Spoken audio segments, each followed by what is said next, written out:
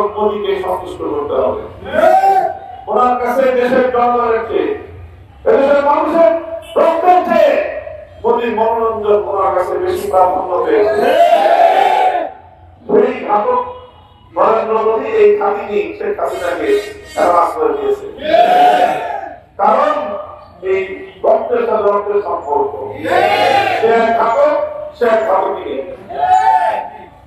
কাজেই আমরা ভারতকে বলতে চাই, প্রতিবেশী দেশ হিসেবে বন্ধুত্বের সম্পর্ক আমরা রাখতে প্রস্তুত, কিন্তু কোন খুনিকে যদি আশ্রয় দেয় তবে দেশের মানুষ সেটাকে কোনোভাবেই ভালো করতে পারে না।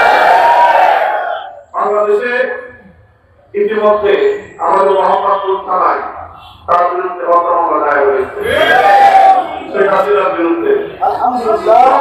আমাদের ভাই বোন সন্তান কেড়ে নিয়েছে, প্রতিদিন জন্য বাংলাদেশে মামলা দায়ের হবে, প্রতিদিন মামলার জন্য তার বিচার হবে।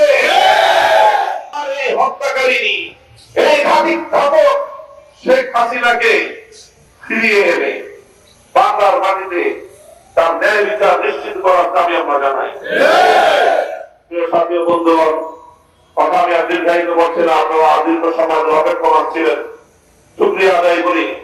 শুধু একটি পথ সভা করে শুধু দুইবার জিন্দাবাদ স্লোগান দিয়ে ঘরে ফিরে গেলে চলবে না। স্বাধীনতা অর্জন করাটা যত কঠিন, স্বাধীনতা রক্ষা করাটা চেয়ে বেশি কঠিন।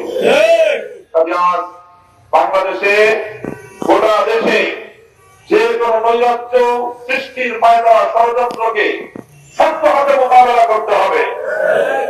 আজকে হলো 14ই আগস্ট, আগামীকালকে 15ই আগস্ট, পরশুদিন 16ই আগস্ট।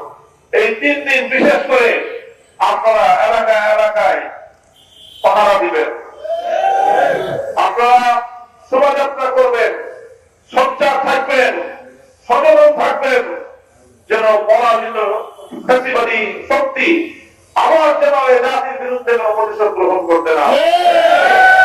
দেখেন, এই রক্তের মধ্যেই প্রতিশোধ করার কথা আছে। ৭৫ সালে যখন 15ই আগস্টের ঘটনা সংঘটিত হয়, তারপরে এই শেখ হাসিনা গণমাধ্যমে ঘোষণা করেছিল এই জাতি তার বাবাকে হত্যা করেছে, সেই জাতির কাছ থেকে, বাংলাদেশের মানুষের কাছ থেকে সে তার প্রতিশোধ দিবে। এটাই ছিল তার রাজনীতির মূল উদ্দেশ্য। দেশের মানুষের কল্যাণ করা তার রাজনীতি ছিল না, তার রাজনীতি ছিল